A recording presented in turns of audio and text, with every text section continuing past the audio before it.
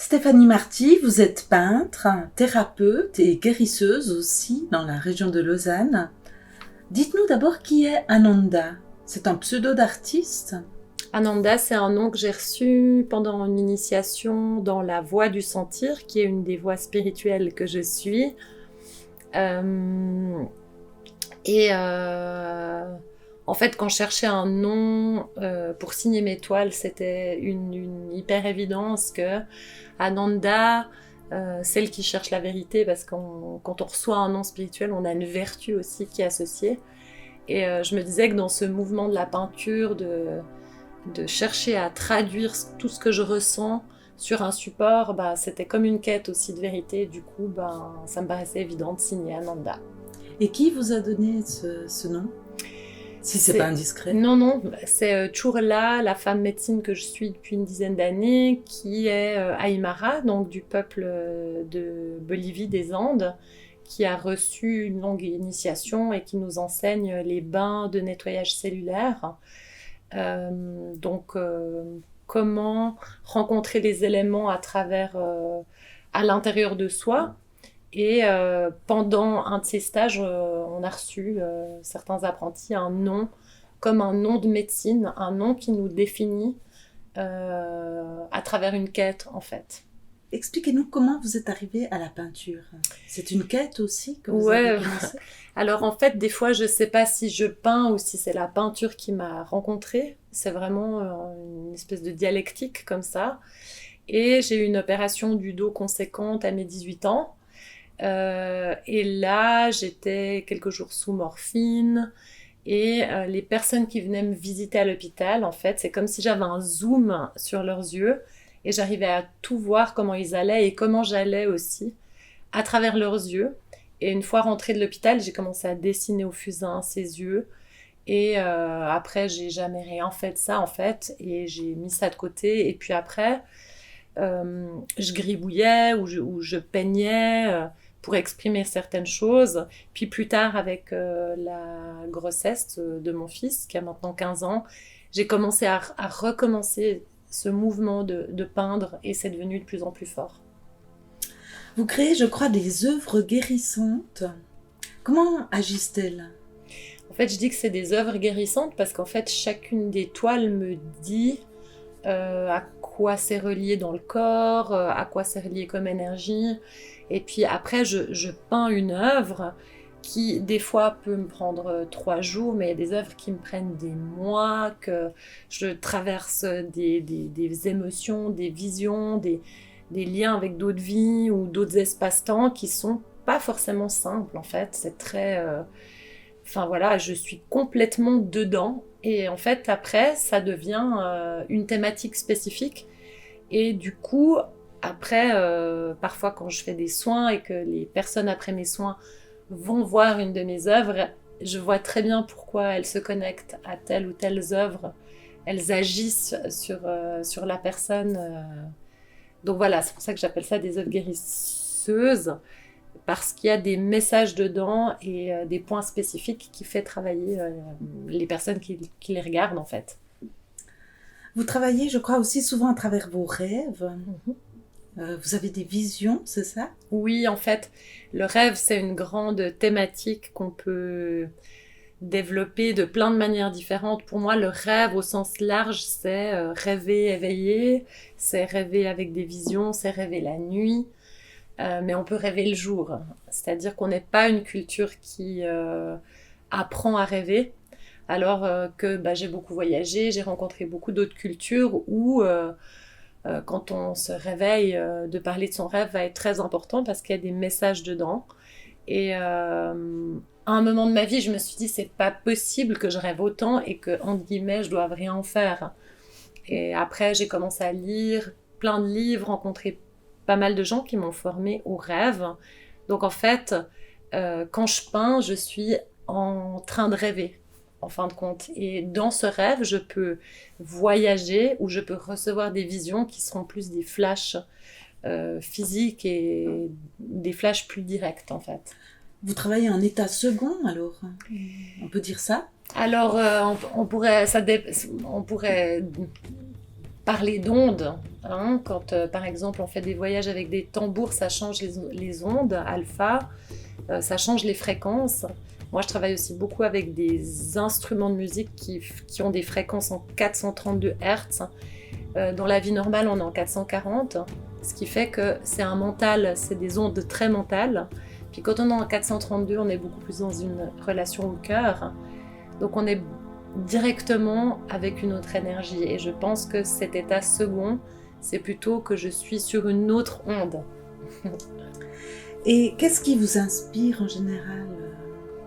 Moi, c'est la nature qui m'inspire, c'est la relation toutes, aux étoiles, au cosmos, aux éléments.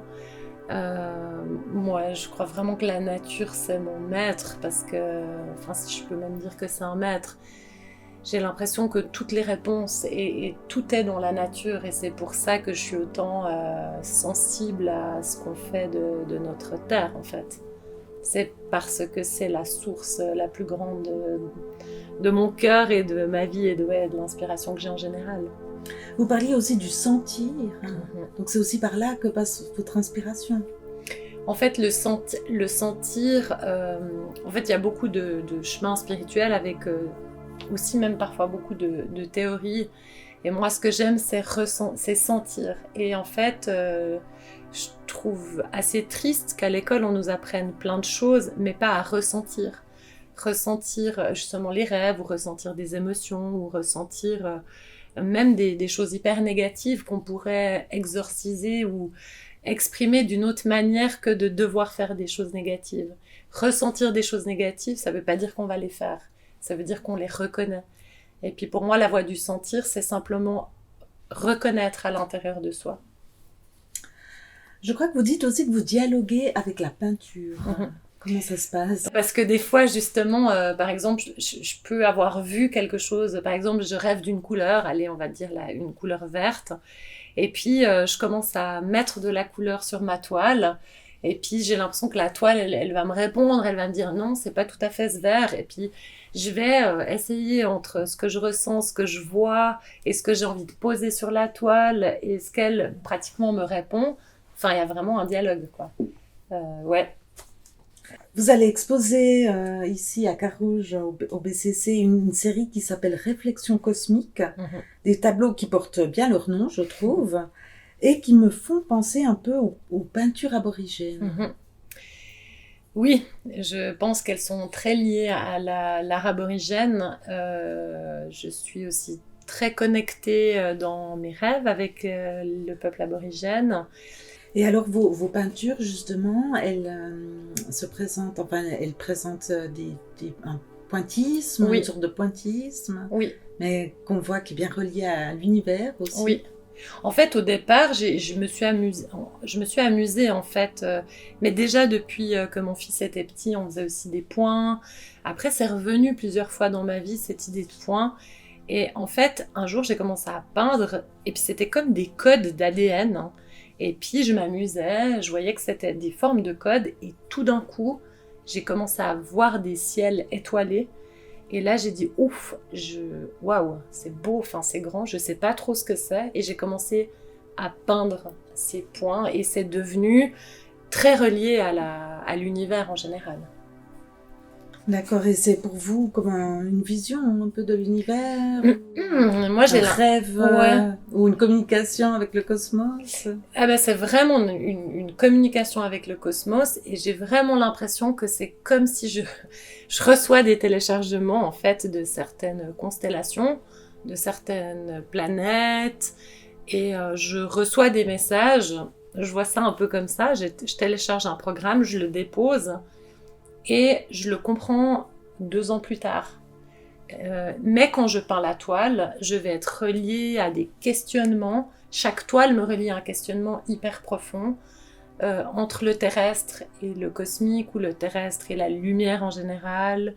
Et là, vous dialoguez plus avec une couleur en particulier, il me semble, c'est le bleu. Oui, c'est le bleu, ouais. Il y a un sens pour vous aussi dans cette couleur?